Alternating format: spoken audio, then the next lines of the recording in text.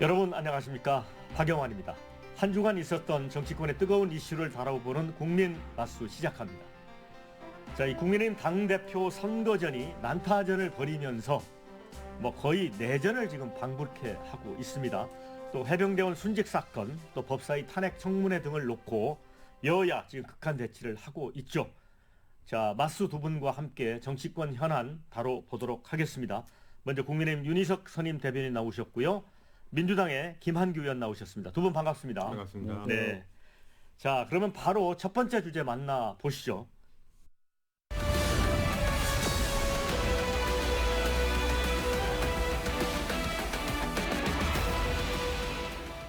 자, 국민의힘 전당대회 당권 레이스가 이 전방위적 난타전 양상을 지금 보이고 있습니다.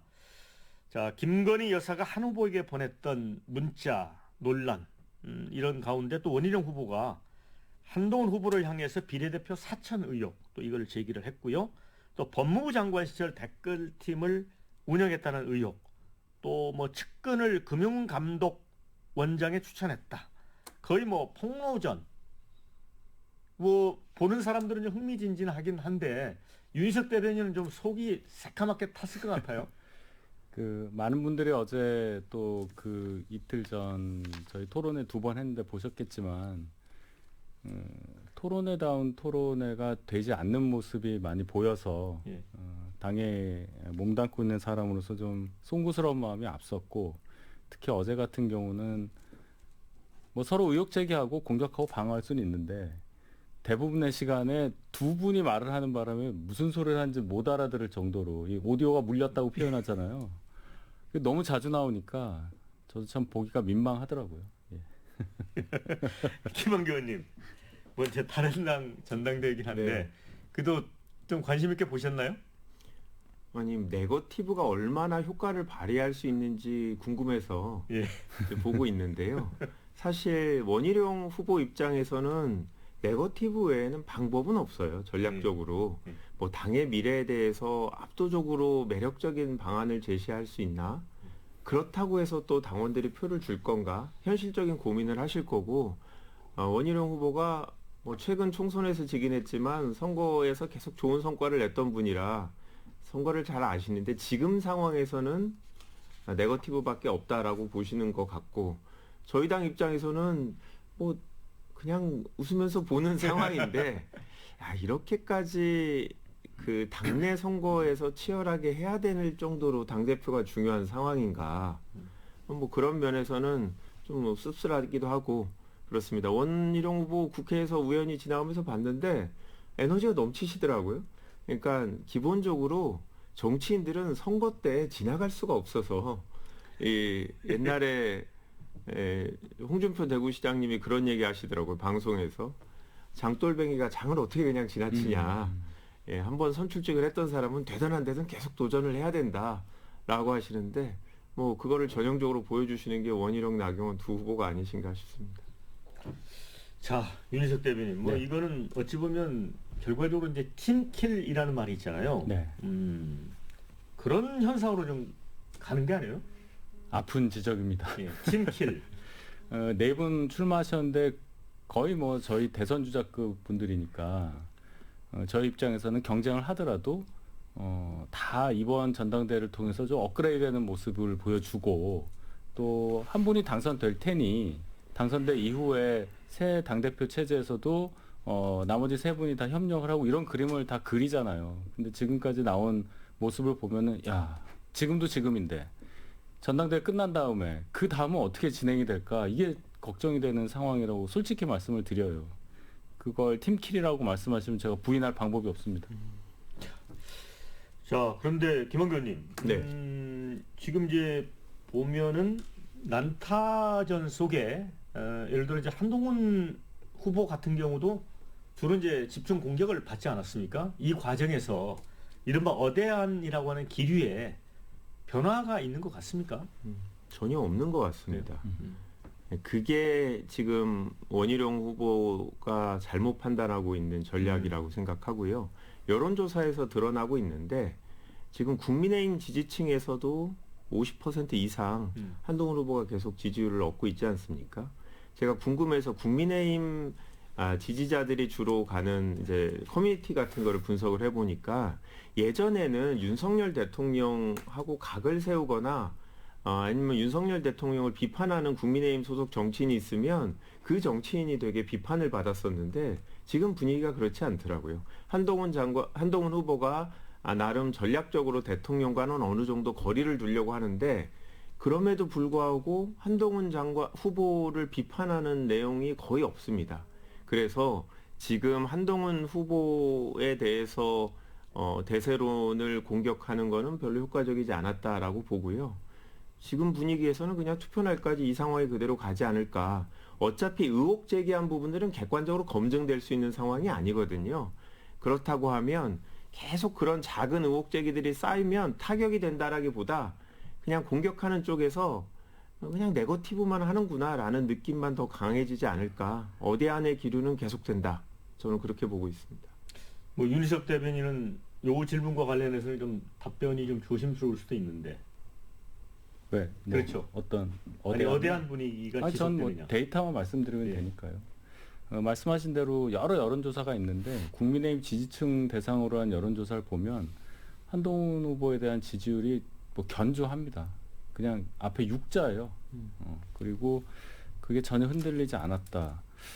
어제 발표된 한 여론조사를 보면 조금 더 의미 있는 게 있는 그 상황을 발견할 수 있는 게 뭐냐면 당 지지율이 40%가 나왔더라고요. 40이 넘고 민주당과 조국신당의 지지율 합치면 40이 안 돼요. 37 정도 나온. 그 얘기는 뭐냐면 저희 당의 우호적인 분들이 훨씬 더 많이 포집됐다고 봐야 되거든요. 그 여론조사에서 국민의힘 지지층을 대상으로 한 여론조사가 또 있어요.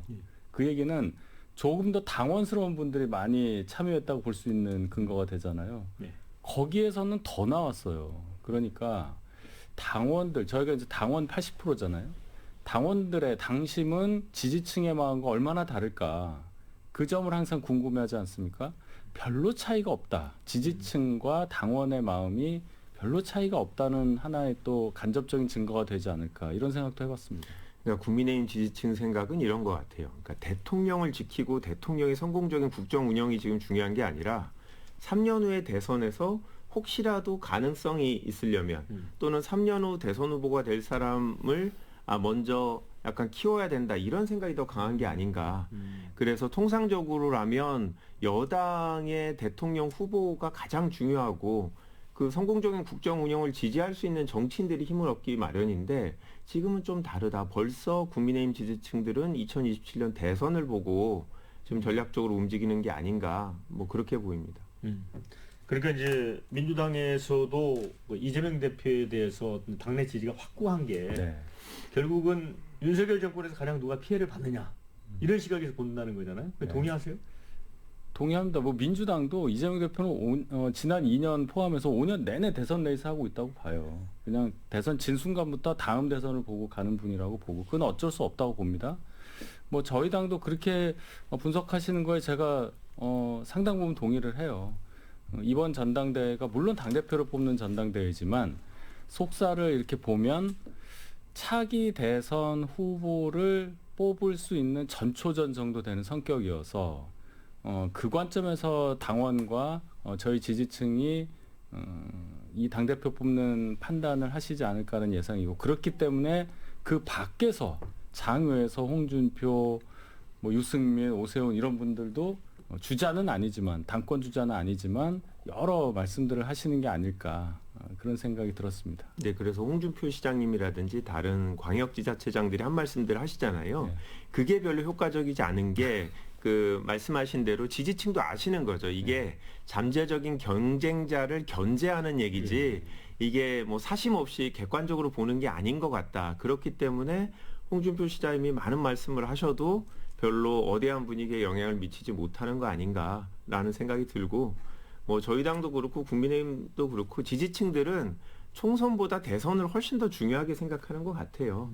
그래서 뭐 총선에 저희 당이 이기긴 했지만 저희 당 지지자들은 여전히 만족하지 못하고 국민의힘 지지층들도 뭐 이게 전부는 아니다. 어디까지 승부는 2020년 지방선거도 아닌 것 같아요. 무조건 2017년 대선 특히 윤석열 대통령께서 어떻게 보면 대통령제의 전형적인 그 행정부 우위의 우리나라 헌법 현상을 보여주는 것 같아요. 그래서 예전보다 훨씬 더 저희 국회의원들도 야, 총선 이겨도 우리가 뭐 특별히 할 수 있는 게 없네. 무조건 대선이네라는 얘기를 합니다. 네.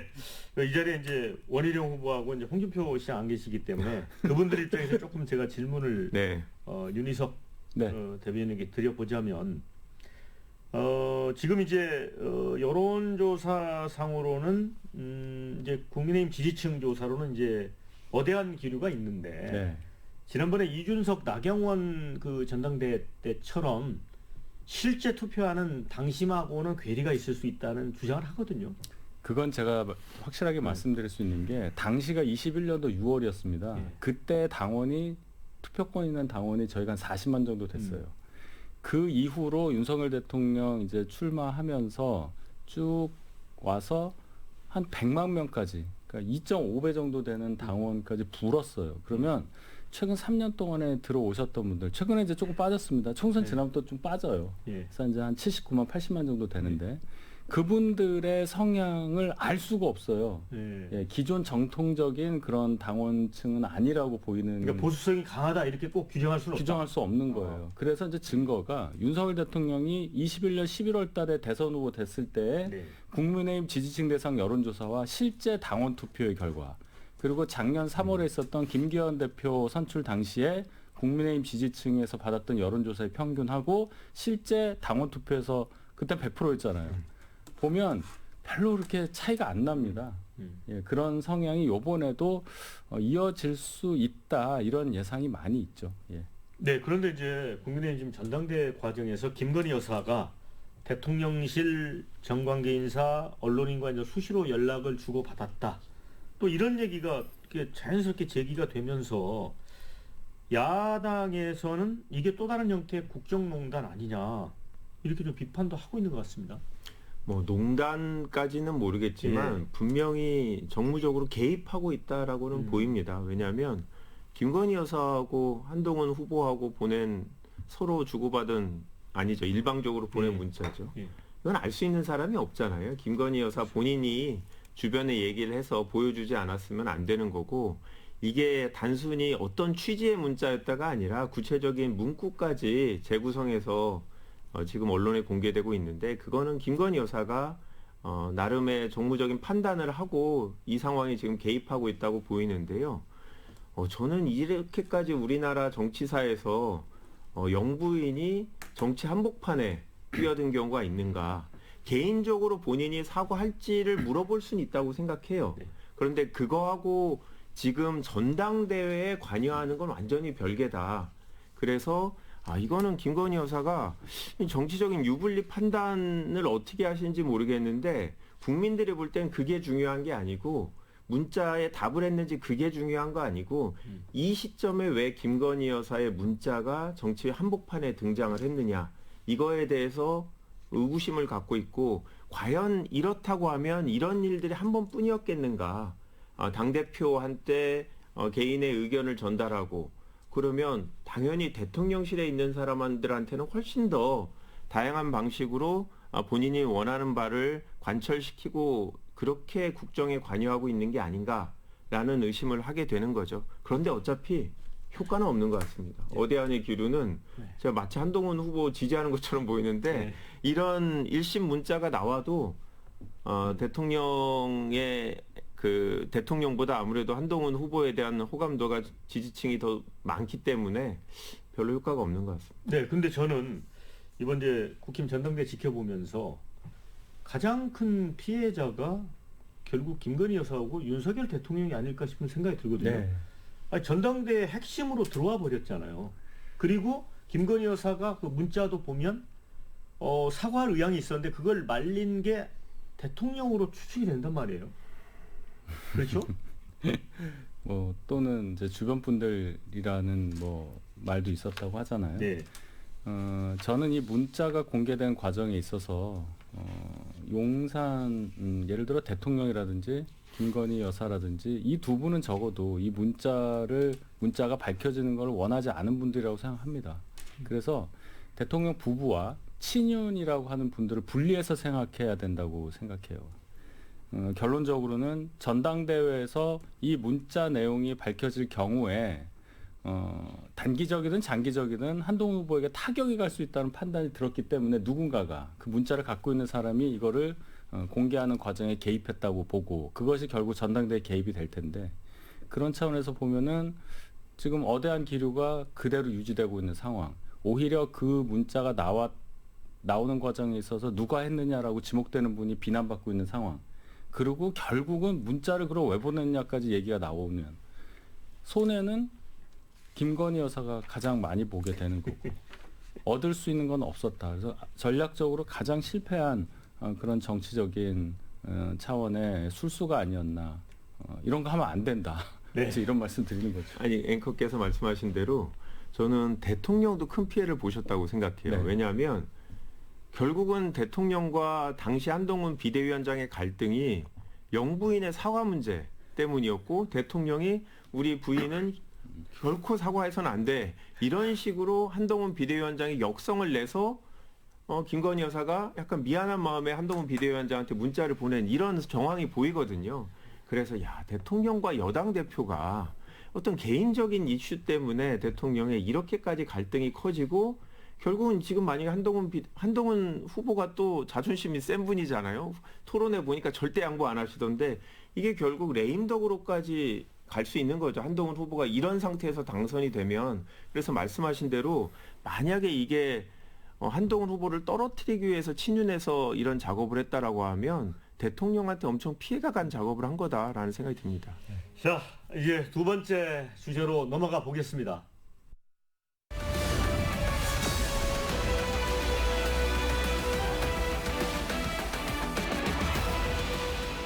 민주당 전당대회 얘기 좀 해보도록 하겠습니다. 이제 8월 18일 날 치러집니다. 지금 이재명 전 대표가 이제 먹사니즘이 유일한 이데올로기다. 이렇게 거의 뭐 대선 출정 선언문 같은 그런 내용을 가지고 이제 기자회견을 했죠. 연임 도전을 했는데, 자 여기에 이제 김두관 전 의원이 이제 출마를 결심했습니다. 이재명 1급 체제 여기 균열을 내겠다 그런 입장이거든요. 그런데 김원규 의원님, 뭐 민주당도 어차피 어대명으로 가는 거죠? 현실적으로 그렇죠. 뭐 네. 수치를 기준으로 제가 얘기할 수밖에 없는데 최근에 나온 여론조사를 보면 일반 국민을 대상으로 하면 조금 다르지만 예. 거기에는 민주당을 지지하지 않는 또는 이재명 대표에 대해서 뭐 호감을 갖고 있지 않는 국민의힘 지지층, 보수의 지지층들이 많았기 때문에 실제 투표 결과하고는 많이 다를 거고요. 결국은 투표권을 갖고 있는 당원과 지지층을 대상으로 보면 지난번 박용진 후보보다 훨씬 더 적게 김두관 후보가 득표를 하지 않을까라는 여론조사가 나오고 있어서 뭐 당락은 뭐 사실 관전 포인트는 아닌 것 같다라는 생각입니다. 그거보다는 이재명 대표가 과연 무슨 얘기를 할 거냐. 저희가 궁금한 건 저희도 2027년 대선에 이길 수 있냐라는 거거든요. 근데 지금은 사실 2022년에 저희 입장으로는 악몽이 아주 적은 차로 저희가 패배를 했었는데 그거를 완전히 뒤바꿀 수 있는 상황인가 이거에 대해서는 아직 의문이 있거든요. 여론 지형 자체가 우리나라 그렇잖아요. 그러면 이재명 후보가 대선 출정식처럼 출마 기자회견을 했는데 보다 구체적으로 그게 국민들한테 통할 것인지 본인이 어떻게 지금의 난관을 극복하고 국민들의 호감을 더 얻어서 대통령 후보로서 승리를 가져올 수 있는지 이런 얘기까지 지금 해야 되는 거죠. 단순히 1년 반 정도 남은 대통령 당대표 임기 동안 뭘 하겠다라기보다는 지방선거보다는 대선 승리를 위해서 무슨 얘기를 할지 본인도 되게 부담을 느끼고 있을 거고 김두관 후보가 만약에 본인의 차별성을 보인다면 지금의 당 운영 방식에 대해서 문제를 점이 있다고 생각하고 더 좋은 방식이 있다고 하면 김두관 후보가 그거를 얘기하는 거죠. 단순히 이재명 대표가 뭐 1급 체제라 자기가 나왔다라고 하는 것만으로는 아직은 지금 의원들도 김두관 후보가 별로 이렇게 지금 들을 만한 얘기를 못 하고 있다라고 보고 있습니다. 그러니까 이제 그 김두관 후보의 일급 체제 비판에 대해서는 일종의 네거티브가 아니냐라고 보는 게 이제 민주당 내부의 시각 같습니다. 좀 포지티브한 방식으로 선거운동 해야 될 거 아니냐 이런 주장이 있거든요. 그러기에는 지금 김두관 후보가 일단 출발이 늦었고 예. 당내에서도 세력이 없으니까 가장 처음에 할 수 있는 약자의 선거운동 방법으로서는 네거티브만 한 게 없을 거예요. 지금 그대로 말씀하셨지만 여론조사 결과가 비교가 안 될 수준으로 지금 낮잖아요. 그럼 이제 처음에 관심을 끌기 위해서는 그런 말을 해야 되고 전체주의 유령이 당에 떠돌고 있다. 이런 것부터 이제 시작을 하는 건데 민주당 전당대회는 제가 볼 땐 포인트가 두 가지예요. 하나는 이재명 전 대표가 지난 전당대회에 보여줬던 77.77%라는 득표율하고 이번 득표율이 어떻게 될 거냐. 낮으면 낮은 대로 또 문제가 있을 거예요. 뭐 균열이 있나? 뭐 이런 생각을 할 거고. 그보단 전 높을 거라고 보는데 너무 높아서 앞에 막 구자가 나오면 이것도 다른 해석이 나온단 말이에요. 굉장히 비판받을 수 있는 소지가 있어요. 중간에서 잘 결과가 나오기를 바라고. 더 중요한 거는 투표율이 얼마나 될 거냐. 지난번 전당대회 투표율 제가 알기로는 36.7%인가 이 정도 알고 있거든요. 권리당원들이 민주당은 잘 뭉치고 당이 하는 일에 잘 따라주고 해서 굉장히 이 협력도 잘하고 이런 느낌을 많이 줬는데 따지고 보면 그렇지도 않더라. 극렬한 당원이 있고 아닌 당원이 있고 차이가 많더라라는 평가가 있었는데 이번에 그런 전당대회는 더더욱이나 그때 전당대회보다 더 관심도가 떨어질 수가 있는데 과연 당원에 얼마만큼 되는 분들이 이 과정에 참여할 수 있을 것이냐. 두 가지를 봐야 향후 이재명 체제가 순항을 할 거냐 말 거냐. 그리고 대선까지 갈 수 있냐. 뭐 사법 리스크 빼고요. 예, 그런 상황을 판단할 수 있는 근거가 되지 않을까 이렇게 판단해 봅니다. 예, 김두관 후보는 당권은 김두관, 대권은 이재명. 자, 이렇게 좀 분리를 하자 이런 안을 제시를 했는데 이재명 대표가 이미 이제 연임 도전을 했기 때문에 이거는 사실 공허한 메아리로 끝나겠죠. 맞습니다. 예. 뭐 사실은 그런데 김두관 후보 입장에서는 할 수 있는 얘기긴 하죠.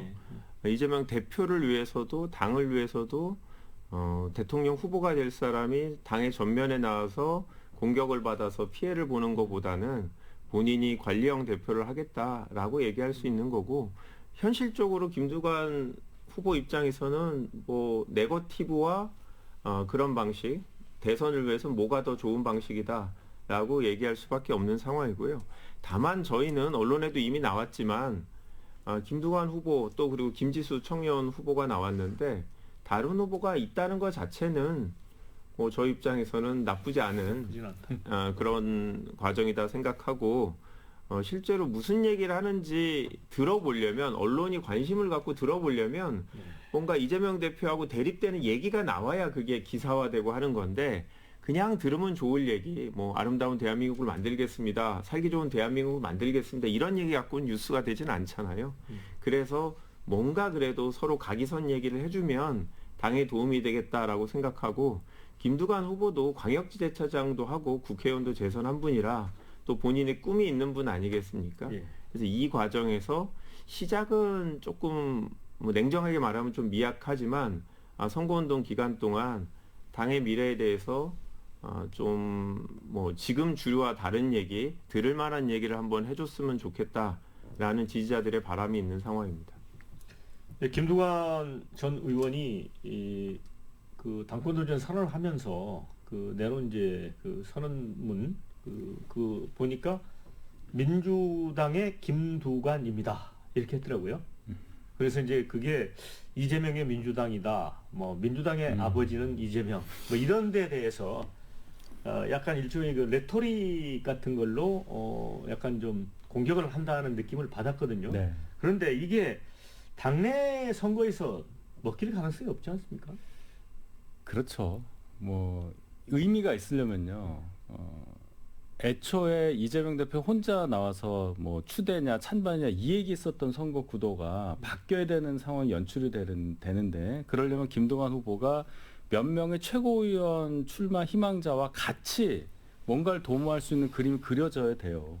근데 거기 보면 이 최고위원 출마하신 분들 보면 김두관 후보와 연관성 있는 분들 없고 또 나는 김두관과 같이 뭘 하겠다. 저희 당의 런닝메이트 형식의 그런 선언 같은 거 전혀 없었잖아요. 그러니까 김두관 후보가 마치 그냥 좀 한번 나와줘 라는 요청에 부응한 것 같은 느낌이란 말이에요. 그래서 물론 후보가 없는 거보다 이제 3명 됐으니까 그림은 이제 형성이 됐는데 의미가 없다. 그래서 당원들조차 관심을 갖고 투표를 하겠느냐. 그리고 그 전당대회를 통해서 얻은 득표율이라든지 이재명 대표의 연임이 무슨 큰 울림이 있겠느냐. 그런 차원의 고민을 민주당은 안고 갈 수밖에 없다는 지점을 지적할 수밖에 없는 거죠. 지금 당대표 후보라면 이런 얘기를 해야 된다고 생각해요. 뭐 저는 후보가 아니지만 첫 번째는 우리 총선에서 승리를 하긴 했지만 국민의힘하고 득표율 전체로 보면 큰 차이가 없거든요. 그러면 이 아슬아슬한 상황을 극복하기 위해서 우리가 약한 지지층들의 이러이러한 지지층이 있는데 내가 이 지지층에 대해서는 이재명 대표보다 더 좋은 해법을 갖고 있다. 대통령 후보가 내가 될 건 아니지만 이재명 대표의 또는 민주당 대선 후보의 승리를 위해서는 내가 이런 부분을 이렇게 공략하겠다라는 얘기. 그다음 두 번째는 진보 진영에는 조국혁신당이 지금 더 있습니다. 조국혁신당이 일단 지방선거에도 독자적인 지역구 후보를 낼 거라고 보여지고 앞으로 일반 국민들은 당연히 합쳐지겠지 않냐라고 생각하지만 지금 제가 봤을 때 그게 쉽지는 않을 것 같거든요. 그렇다고 하면 조국혁신당하고의 관계를 어떻게 갖고 갈 거냐, 어떻게 야당 후보를 단일화해서 대선까지 승리를 할 거냐, 이런 거에 대해서 지금 지지자들이 해답을 못 갖고 있는데 그런 부분에 대한 얘기를 해야죠. 지금 뭐 이재명 대표하고 각을 세우는 것도 좋고 좋은데 나머지 두 후보가 김지수 청년 후보는 또 청년 후보로서 민주당의 아직 지지층이로서는 청년층들이 적기 때문에 이 청년층들을 어떻게 우리의 지지층으로 데리고 올 거냐 뭐 이런 얘기들을 해야 되는데 아직까지는 그런 부분에 대해서 좀 약한 상황이라 너무 자아비판 같은데 아직 이제 시작을 했기 때문에 분명히 이런 후보들이 많은 조언을 들어서 고민한 바를 얘기해 줄 거라고 기대하고 있습니다. 이제 김두관 후보 같은 경우는 이제 별명이 리틀 노무현이고요. 원조 친노 아닙니까? 그런데 이제 문재인 대통령 사저를 방문했는데 문 전 대통령이 용기 있는 결단이다 이런 말씀하셨고 또 민주당이 도움이 될 것이다. 그래서 당내 친노무현 친문재인계가 나름 좀 이제 비주류가 됐는데 결집할 수 있을까요? 결집할 수 있는 구심점이 되기에 죄송한 말씀이지만 김두관 의원의 어떤 존재감이 좀 부족해 보이는 게 객관적인 시각이에요. 제가 볼 때는. 그러나 그런 움직임을 촉발할 수 있는 하나의 계기는 될 수 있겠다. 네. 그래서 얼마 전에 보면 국회 앞에서 이른바 친문계라고 할 수 있는 분들이 다수 모였다는 보도도 있었잖아요. 그러니까 슬슬 이제 시기가 오니까 이제 그런 움직임에 대한 목마름이 표출이 될 가능성이 있다. 그런 차원에서 김동완 후보도 출마를 결정했다고 생각하고 이쯤에서 한 분 이름이 떠오르잖아요. 김경수라는 분이 과연 영국 유학을 마치고 돌아왔을 때 정치적 신분이 바뀔 수도 있으니까 지금 복권은 안 돼 있는 상황이잖아요. 복권이 되면 정치 활동을 할 수 있는 거니까 그런 것까지 생각을 한다면 이재명 대표 남은 대선 도전 경로에 있어서 많은 변수들의 앞에 있다. 그 점은 민주당이 좀 활기를 띨 수 있을 만한 요소가 된다고 봐요. 뭐 복권을 해주시면 활기가 띄어줄 수 있겠죠. 대통령실에서. 저희는 이재명 대표하고의 친소관계 아니면 뭐 친문이냐 친명이냐 이런 걸 떠나서 지난 총선에서 압도적인 승리를 했기 때문에 지금 당의 전반적인 분위기는 일단 승리로 이끈 이재명 대표에게 본인이 원한다면 다시 한번 기회를 줘야 된다. 그리고 본인이 원하는 방식으로 당을 1년 내지 2년 이끌어보고 국민의 평가를 받자. 여기서 지금 이견이 나오기에는 동력이 전혀 없는 상황입니다. 총선에서 진 당이었으면 뭐 여러 가지 대안의 얘기가 나올 텐데 지금 그럴 분위기는 아닌 거고요. 그리고 김두관 전 의원이 후보가 최근 2년 동안 국회에서 보여준 모습이 사실은 강한 친명 정치인으로 활동을 했었거든요. 그러다 보니까 소위 뭐 비주류 뭐 이런 분들을 묶어낼 그런 정치 활동을 했었다라고 하면 그런 동력이 생길 텐데 뭐 갑자기 지금 와서 뭐 이재명 대표에 대해서 비판적인 분들 정치인 내지 지지자들을 다 못겠다? 이거는 좀 어려울 것 같다는 생각이고 그리고 본인도 정말 그럴 의사신지 잘 모르겠어요. 초반에 약간 대표하고 각을 세우지만 그렇다고 뭐 정치적인 방향성이나 뭐 정치 철학이나 이게 평소에 이재명 대표랑 실제로 다르지도 않았던 것 예. 같아서 그런 면에서는 소위 뭐 대표의 비판적인 세력들을 아우르기에는 좀 적절하지 않은 상황 아닌가 그렇게 보고 있습니다. 실제로 지난 국회 때 원내대표 선거 때는 박광원 비명 후보에 맞서서 뭐 친명 후보로 나왔던 거 아닙니까? 그런 것 있고 자 그런데 이제 민주당은 최고위원 이제 선거가 뜨겁습니다. 지금 13명이 뛰어들었는데 13명이 사실은 다 친명이라고 봐야 되겠죠. 그런데 이제 뭐 이재명 대표에 대한 칭송은 아주 자연스러운 일이다. 또 이재명 대표의 수석 변호인이 되겠다. 이렇게 전부 슬로건에 이재명 대표가 들어가 있어요. 이게 바람직한 건지 모르겠습니다. 바람직하지 않죠. 네. 이게 아무리 그래도 아마 민주당에서 이 전략적인 뭔가를 짜는 분들이 계시면 이거 되게 싫어할 거예요. 구색이라는 표현이 좀 그렇긴 하지만 뭔가 이렇게 좀 다양성을 조금이라도 넣어야 국민들이 인정을 하고 관심을 갖지. 모두 다 이재명과의 거리, 이재명과의 촌수를 강조하면서 이렇게 얘기하면 도대체 어떡하라는 얘기냐. 그래서 나오는 얘기가 보면은 나는 원외에서 이재명하고 가까운데 나는 원외다.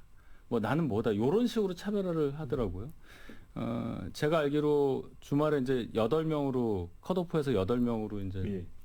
다시 해서 8명이 이제 경선하는 걸로 알고 있는데 어쨌든 이런 모습이 지금 민주당 현주소다. 무슨 말씀인지는 알겠어요. 총선을 이겼고 이재명 대표가 대선 패배에 충격을 딛고 당을 이렇게까지 끌고 왔으니까 이재명 대표에 대한 그 당의 기대가 큰 건 알겠는데 그래도 정당이라는 것이 내부에서 아무런 이견이 허용되지 않는 듯한 분위기, 뭐 곽상원 의원의 얘기를 꼭 들지 않더라도 국회의원조차 원내에서 행한 본인의 정치적 행위에 대해서 뭔가 사과를 해야 되는 그런 당내 분위기는 결코 민주당의 미래에 도움이 되지 않는다고 저는 생각합니다. 네. 그런데 이제 이게 제가 약간 이렇게 들여다보면 이제 권리당원 투표 비중이 확대가 됐잖아요. 그래서 이제 13명 중에 8명 안에 이제 일단 들어야 되니까 그런 것도 있지 않나 싶어요. 네, 네. 맞습니다.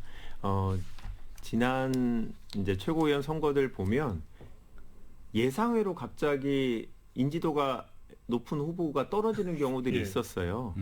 왜냐하면 본선만 생각하고 있다가 컷오프는 당연히 통과될 걸 갖고 그랬는데 지금은 일단 요번 선거에는 최고위원 선거에 처음으로 당원 투표가 들어갔어요. 컷오프 경선에. 예전에는 그러니까요. 예. 예, 이제 국회의원이라든지 이런 선출직들만 모여서 투표를 했었는데 중앙위원들만 그러다 보니까 이분들이 그 20%가 되게 중요하다고 생각해서 이제 이재명 전 당대표하고 가깝다라는 얘기를 많이 하는데요. 사실은 대표하고 가까운 것도 중요하지만 얼마나 강하게 의정 활동을 하느냐, 최고위원 활동을 하느냐가 사실은 또 내부적으로 포인트더라고요. 무슨 말이냐면 지금 여야 간의 관계가 되게 경색돼 있고 어떻게 보면 대통령실, 용산과 민주당 간의 거부권 갈등으로 세게 부딪히고 있는 상황에서 일단 당의 소위 뭐 열성적인 지지층만이 아니라 일반적인 지지층들도 뭔가 시원시원한 사람들을 원하는 분위기가 됐어요. 그래서 약간 다른 색채를 갖고 있는 사람이 나가서 최고위원이 된다고 하더라도 최고위원이 되는 활동하는 2년 내내 아마 왜 그렇게 온건하고 뭐 국회에서 협상을 하고 타협을 하자 뭐 이런 얘기를 답답한 얘기를 하느냐 이런 비판에 시달릴 거라서 그런 성향의 분들이 아예 이제 출마를 안 했고 소위 이번 판은 그냥 대통령실과 갈등으로 그냥 2년 동안 가겠다. 양쪽 다 별로 의지가 없는 것 같다.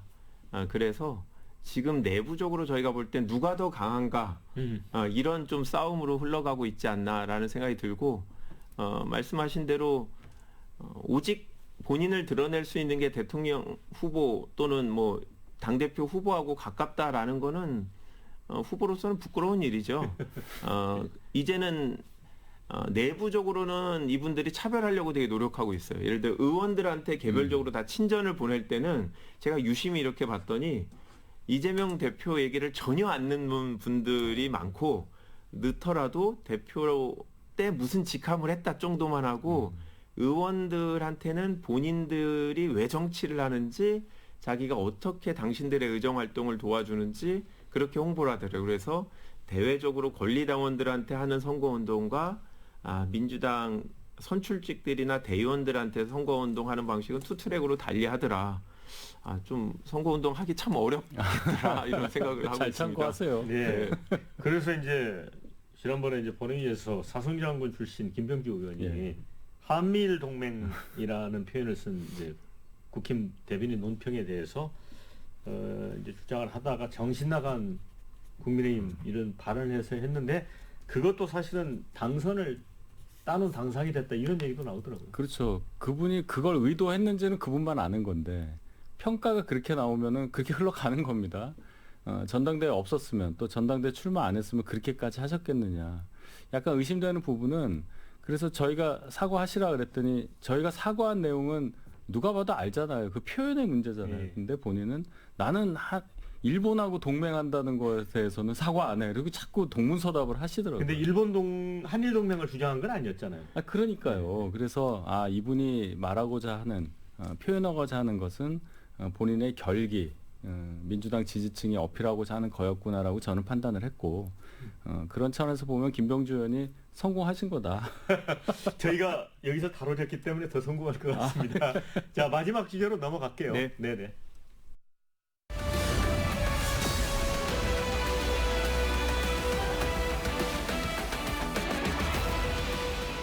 지금 야당이 이제 단독으로 국회 법사위에 대통령 탄핵 관련 청문회를 열기로 했습니다. 지금 청문회 날짜도 이틀 동안 잡혀 있고요. 김건희 여사 모녀도 지금 증인으로 신청이 됐습니다. 그런데 국민의힘 입장에서는 청문회 자체가 위법성이 있다고 주장을 하거든요. 왜 그렇습니까?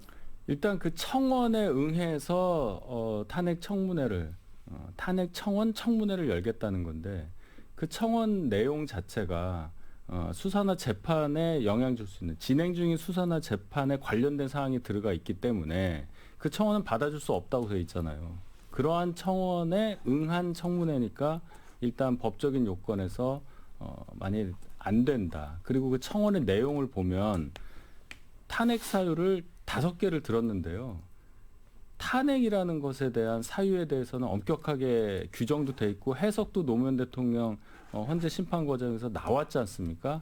직무를 집행함에 있어서의 헌법이나 법률에 위배될 때 이게 하나가 있고 중대한 위배라는 사항이 노무현 대통령 헌재 심판 과정에서 나왔단 말이에요. 그렇죠. 그러면 직무를 할 때 중대하게 헌법이나 법률을 위배할 때만 탄핵을 제기할 수 있는 건데 거기 나온 5가지 얘기를 보면은 일단 처음 2개는 의혹이에요. 의혹. 최상병 관련 사건을 해결하는 과정에 있어서의 의혹. 김건희 여사의 의혹. 이렇게 의혹 2개가 들어가 있고 그다음에 뭐 남북관계 경색에 따른 안보 위기. 이게 어떻게 탄핵 사유가 되느냐. 본인의 그냥 판단일 텐데. 그다음에 일본 후쿠시마 오염수 방류 일본의 배상금 처리 과정에 있어서 또 그걸 허용을 했다. 뭐 이런 식의 얘기를 사유를 받아들여서 청원에 관련한 청문회를 하겠다고 하니까 저희 입장에서는 도저히 이거는 탄핵 예비 과정으로 민주당이 이거를 악용하고 있다는 그런 판단이 들 수밖에 없는 거죠. 예, 탄핵 예비 과정 그런 말씀을 해주셨는데 이제 민주당은 이 탄핵 발의 촉구 청원하고 탄핵 소추 의결 절차는 별개다. 그러니까 이게 국회법의 규정에 따른 거다 이런 입장 아닙니까? 네, 예. 2가지로 이제 나눠서 얘기를 드리면 말씀하신 대로 탄핵 소추안이 발의된 건 아니고요. 그렇죠. 요 과정은 어디까지나 청원에 대해서 심사하는 절차다라고 말씀을 드리고요. 청원은 국회에 상당히 많이 들어오는데 현재 국회 청원 심사 규칙에 따라서 5만 명 이상의 동의를 받은 경우에는 청원으로 접수된 걸로 보고 국회법에 따라서 의장이 소관 상임위에 회부하도록 하거든요. 네. 실제로 거의 모든 상임위에 청원들이 다 있고 실제로 청원 심사 소위들이 있습니다. 이 건이 특별히 대통령하고 관련된 거라 관심을 받을 뿐이지 일반적인 청원 심사는 국회의 업무다. 다만 청문회를 하는 거는 좀 선례가 없었던 일이죠. 하지만 그거는 국회에서 청원을 중요하게 좀 생각하지 않거나 무리한 요구들이 많아서 그랬을 뿐이지 법적으로는 국회법 65조에 따라서 중요한 안건 심사에 필요한 거는 청문회를 열 수 있도록 돼 있는 거거든요. 그래서 절차적으로는 문제가 없다. 다만 타당한지 부당한지에 대해서는 정치적으로 주장하실 수 있다고 생각해요. 그리고 말씀하신 대로 의혹인 상태가 많죠. 그렇기 때문에 저희가 사실관계 조사를 하기 위해서 청문회라든지 국회법상 증인 감정인들 전문가들을 불러서 이 청원의 내용이 맞는지 확인하는 절차가 있어야 된다는 생각이고 또 저희가 특검을 주장하는 이유도 그런 거죠. 대통령에 대한 얘기를 어떻게 외부에서 사실관계 확인을 하겠어요. 그거는 국민들 입장이나 언론에서 정치권에서 의혹을 제기할 수밖에 없고 대통령께서 스스로 증거 자료를 제시하지 않으면 확인할 방법이 없기 때문에 저희가 계속 특검에 대한 말씀을 드리는 건데요. 여하튼 결론적으로 이 청문회를 거친다 하더라도 만약에 민주당의 의원들이 많으니까 청문 내용이 타당하다라고 결론을 낼지언정 그거는 보고서를 작성해서 의장한테 보고하고 청원인한테 이렇게 우리가 판단했다고 알릴 뿐이지 이게 탄핵 절차는 진행되는 건 아니다. 이분들이 요구하는 건 탄핵 소추안을 발의해달라고 요구하는 거라 이 결과를 보고 결국 개별 의원들이 판단할 거죠. 누군가가 발의할 건지 공동 발의를 할 건지. 그래서 이 과정은 제가 봤을 때 국민의힘 입장에서 법적인 절차가 진행되고 있는 이상 뭐 권한쟁의 심판 같은 걸 청구하실 것 같은데 그 절차를 진행한다고 하더라도 제가 봤을 때 결론이 달라질 것 같진 않아요. 헌법학자들도 절차 자체는 위법하지 않다. 다만 관련성이 없는 증인들을 부르는 건 문제다라고 얘기했기 때문에 과연 이 사건에서 김건희 여사나 장모분을 부르는 게 적절한지는 정치적인 공방을 해볼 수 있겠다라는 생각이 듭니다. 네, 윤희석 대변인께는 좀 이거 물어볼게요. 지금 이제 권한쟁의 심판을 청구를 하겠다고 했는데 국민의힘이 그러면 지금 김한규 의원께서는 절차상의 하자는 없기 때문에 큰 문제 없다. 그런데 국민의힘 입장에서는 그러면 청문회를 시작을 못 한다는 건지 그거 하나고 두 번째는 지난번에 왜 최상병 특검 이제 입법청문회 있었잖아요. 법사위에서. 그때 사실은 이제 지나고 나서 보니까 국민의힘이 들어가서 방어를 해주는 게 효과적이었다는 얘기가 있었거든요. 그럼 이번에 이제 이틀 동안의 청문회가 있는데 그러면 권한쟁의 심판만 청구하면서 이렇게 그런 그 외부에서 이렇게 플레이를 할 건지 안에 들어서 아마 싸울 건지 어떻게 갈 것 같습니다. 예, 질문 아주 날카로운 질문을 하셨어요. 일단 권한쟁의 심판이라는 건 헌재에서 뭐 국가기관 상호간 또는 국가기관과 지방자치단체 간에 뭐 권한 다툼이 있을 때 하는 건데 청문회 진행 과정에서 결정을 해서 청문회로 가는 과정에서 국회의원으로서 저희 당 그 의정 활동하는 함에 있어서 방해를 받았다는 거 아니에요. 결국 예. 그 권한이 충돌을 해서 원치 않는 법적으로 인정되지 않는 행위를 했다. 예. 국회의장 등등이 이 얘기인데 저희 입장에서는 이제 그런 식으로 쟁송 절차에 들어갈 수밖에 없는 거고. 자, 그런데 이제 여기서 민주당이 이제 이걸 진행을 한단 말이에요. 이번에도 그럼 저희 쪽 의원들이 청문회 참석을 안 하면 누구라도 증인이 출석할 경우에 지난번 입법청문회에서 정청래 위원장이 밖으로 나가서 10분간 반성하고 들어오라고 하고 박지원 의원이 뭐 다리 하나 들고 팔 들고 서 있으라고 하고 이런 수모를 당하게끔 만들어야 하느냐. 말씀하신 대로 그때 비난이 있었어요. 국민의 의원들이 들어가서 그걸 제지하거나 뭐라도 했어야 되는 거 아니냐. 그걸 그냥 방치한 거 아니냐 이렇게 된 거거든요. 그거는 원내에서 굉장히 많이 고민을 할 거예요. 일단 지금은 청문회 자체의 위법성에 대해서 저희가 국민들께 말씀드리는 과정이고 이게 정말 진행되는 과정이 되면 첫째는 저희가 어느 정도 판단을 했을 때 증인이 출석을 안 해야 하는 상황을 만들려고 노력을 할 가능성이 크고요. 일부 증인이 출석을 할 경우에 있어서도 그때는 그러면 어떻게 방어할 거냐. 일부 한두 명이라도 들어가서 그걸 막는 역할을 할지 그건 좀 지켜봐야 되겠습니다. 네, 자 이거는 좀 짧게 여쭤볼게요. 윤석열 대통령 탄핵 추진에 반대한다는 국민청원도 동의자가 이미 6만 명을 넘었습니다. 그래서 5만 명 넘었기 때문에 법사위 회부가 됐어요. 네. 그래서 정청래 법사위원장이 좋다. 이 부분에 대해서 탄핵 반대 청문회도 열자. 이거 어떻게 받아들여야 됩니까? 국민이? 해야죠. 제가 똑같은 논리의 내용을 방송에서 한번 말을 한 적이 있어요. 이게 이제 5만이 안 될 경우에. 그럼 이거 반대되는 청문회 할 거냐 말 거냐. 결론은 그런 식으로 여야가 극명하게 딱 찬반이 나뉠 수 있는 사안을 가지고 특히나 탄핵이라는 걸 가지고 국민청원의 형식을 빌어서 청문회를 연다는 정치행위 자체가 옳지 않다는 거예요. 이거는 반대쪽도 해줘야 되는 단순 기계적인 논리가 작동할 수밖에 없는 겁니다. 정청래 의원이 정청래 법사위원장이 좀 공평해진 거잖아요. 그러니까 형식적으로 공평하다고 하는데 그분이 지금 무소불위의 권력을 휘두르고 있는데 이 청문회와 저 청문회 두 가지 청문회에서 과연 공평하게 진행할 것은 절대 그렇게 보이지 않거든요. 형식적으로 그래 나는 탄핵 반대 청문회도 내가 주재를 했는데 뭐가 문제냐. 근데 거기서는 뭐 별수를 다 쓸 겁니다. 그러니까 이러한 소모적인 행위를 왜 하느냐는 근본적인 물음을 민주당은 국민들에게 받을 수밖에 없는 거죠. 이거 왜 합니까? 김한규 의원은 이 문제는 어떻게 보세요? 청원을 저희가 요청한 건 제 아니잖아요. 얘기는 청문하는 과정에서 판단이 있을 거 아니에요. 네, 이건 한 번도 시도해보지 않은 거라서 한번 청문회를 하게 되면 국민들이 판단하실 것 같아요. 이런 청문회가 그래도 의미가 있는지 아니면 무익한지.